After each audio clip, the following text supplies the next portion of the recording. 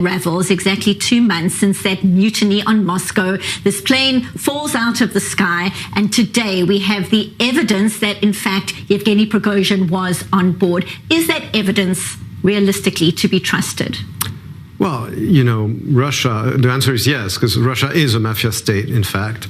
And the real question is why it took so long, so to speak, for Putin to eliminate Prigozhin. Because, many thought it would be days. Right. I've heard one explanation from a Russia expert that Putin first had to arrange all the bank accounts that were controlled by Prigozhin. It's a lot of money, and take control of all the money and then get rid of him. It's obvious that, you know, in a famous interview when Putin was asked if he ever forgives, he says yes. And then he was asked, is there one thing that you can never forgive? And he said, that's betrayal. That's right. Clearly, and there's no doubt that Yevgeny Prigozhin had created the most awful embarrassment for Vladimir Putin. But how has this whole scenario and the way it has been handled made Vladimir Putin look through the eyes of the Russian people? Is he still as strong as he was perceived before this ordeal? I wouldn't say strong. I would say feared, because it goes to confirm how Putin deals with his opponents. So generally, when, you know, the head of the opposition was poisoned, generally journalists are also poisoned in different ways. Prigozhin, you know, he just blows his airplane.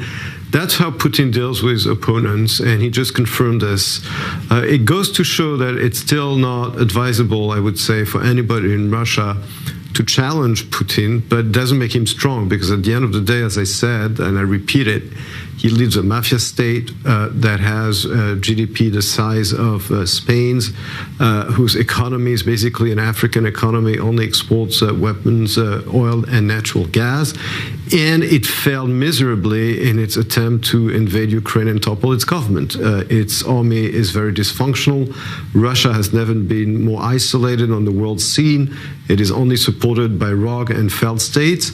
So Putin is not strong. Putin is a dictator, an isolated dictator at the head of a dysfunctional country.